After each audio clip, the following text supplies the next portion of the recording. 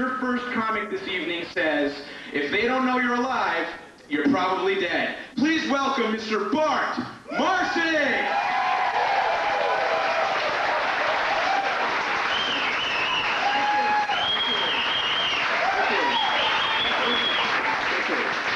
It's good to be here. In fact, in my condition, it's good to be anywhere, including here.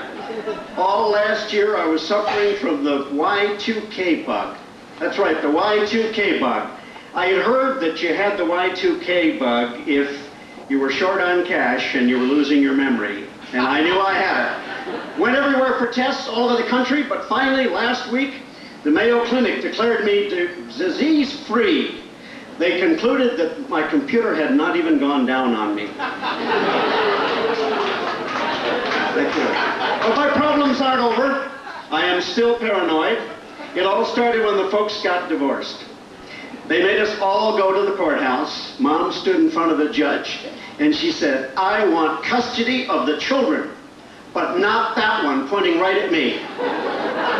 Do you realize what it's like to get rejected by your mom at age 40?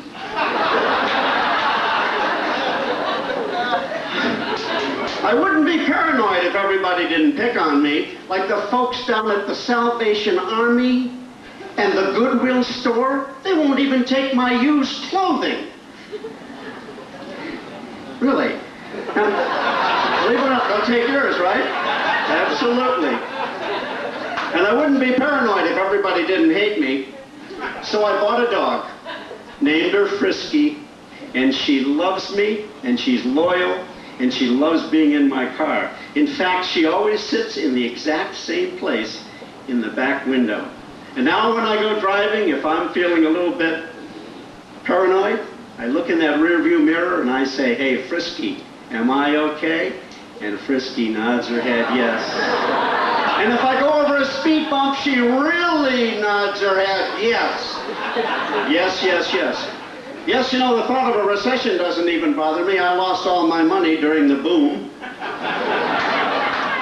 Besides, I'm now on Social Security. Thank you, thank you, thank you, thank you all. Thank you very much. Appreciate it. Except I got my first check on January 24th, and the check bounced. It's obvious the Clintons took more than the furniture when they left the White House. I thought I'd better look into retirement communities, so I drove up to Saddlebrook and took a look around. I've decided that's too far away in age. I went into the store and all I saw was Fixodent, Depends, and Gas X. And then I went to the open house that they had at the sales office, and they were serving martinis with a prune.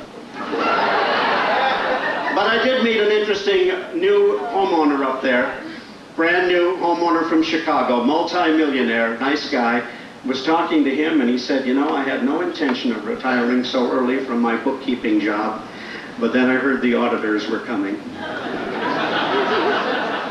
Standing up here, I feel as though I'm also out of work and looking for a job. No, actually, I have a full-time job, and that's looking for a job. But I've been out of work so long, I don't remember what kind of work I'm out of. I had about a dozen jobs over the years. I originally thought if you just went to school and got your degree, you could get into some cushy job and spend 40 years sitting on your duff.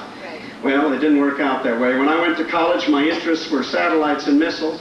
I spent the first 2 years doing nothing but taking up space. Then I got smart and I said it's time to get grown up. I got women and missiles out of my mind and I settled into majoring in psychology. I was doing a lot of mushrooms in those days. I guess I thought majoring in psych would be idyllic. Got out of college and went directly to New York City to seek my fortune. I shared an apartment, a studio apartment I might add, with 3 other aspiring tycoons, and we rode the subways. The nice thing about the subways, they've taken most of the crime off the streets. Now the prostitutes and pickpockets just go down one level. The one time I had to take a cab, I found they were very, very expensive, so I managed to get mugged. And then I just waited for the ambulance. I'll never forget that first job interview.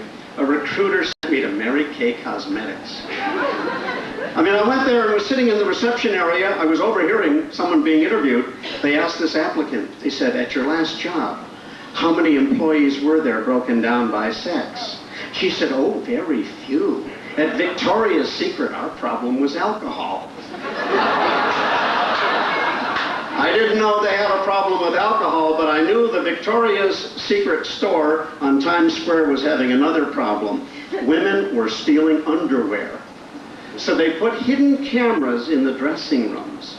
It didn't stop the crime, but they made up for the lost revenues by selling thousands of copies of the tape Peekaboo at My Panties for $30 each.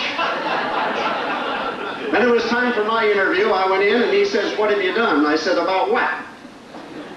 I thought with a degree in psychology and no business experience, showing up on time was a major accomplishment. And then he said, what's your date of birth? I got so nervous, I said, November 25th. He said, what year? I said, every year. I knew right then I had turned my job interview into an exit interview. Last week I went to Macy's with my friend Robin. She was looking for some eyebrow pencil for me. I've never seen so many doctors, row after row of specialists in white coats with bright lights and magnifying glasses, Q-tips and rubber gloves, every one of them passing out free samples. Doctors from offices named Revlon and Clinique. I love the samples. There was one I really liked. I took it and looked at the ingredients. Avocado butter, banana oil, and honey. I turned to Robin and I said, you know, if this economy really goes in the tank and we run out of food, we can just eat what's in your makeup drawer. And there was another ingredient, free radical scavengers. Free radical scavengers? I was running late one night. I said, Robin, hurry up, we're late. She said, I'll be right down. I'm putting free radical scavengers on my face. I would think that right there would be enough to tell women they should make up their minds to be young, not their faces. And besides, I think women should give up makeup and give up facelifts when they begin to look permanently scared. I got home and I looked at the ingredients again, the colors. I mean, the colors could be very, very dangerous on some of these cosmetics. We're living in a very, very tense international situation, and there are colors being produced that, like color names light Egyptian, medium Ethiopian, and dark Congolese. I mean, what are we going to have next? Some color, white Aryan resistance? Or even worse, I could go into Macy's and say, have you got the color Hezbollah? They'd have me out of there in a jiffy. And I'm out of here. Thanks very much for your time.